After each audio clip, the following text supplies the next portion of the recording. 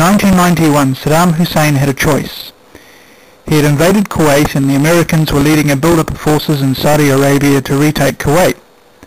At this point in time, the US had not fully established a domination on the ground, and Iraq had a substantial number of T-72 tanks that potentially could do some damage to the building Allied presence.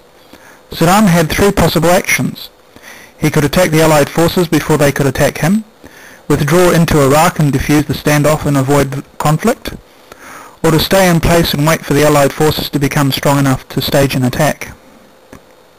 Attacking the Allied forces may delay them for a while, but would also invoke stronger reaction, perhaps an invasion of Iraq itself. Withdrawing back into Iraq would have involved the loss of face in the eyes of the Arab world. Staying put, on the other hand, would allow the Allies to prepare, plan and gather intelligence before attacking at their convenience. Saddam had no good options and ended up staying put and losing the first Gulf War. President Bush now faces a similar situation in the US.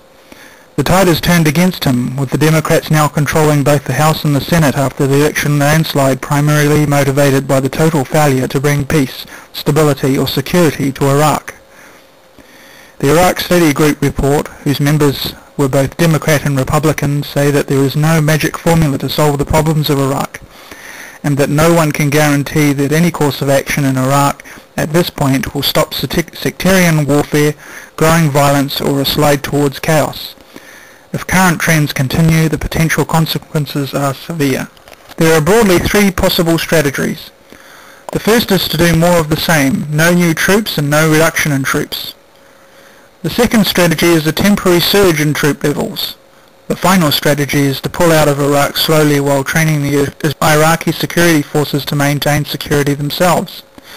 Some Republicans, such as John McCain, have suggested that there's only one thing worse than the over-restricting military, and that's the broken and defeated military.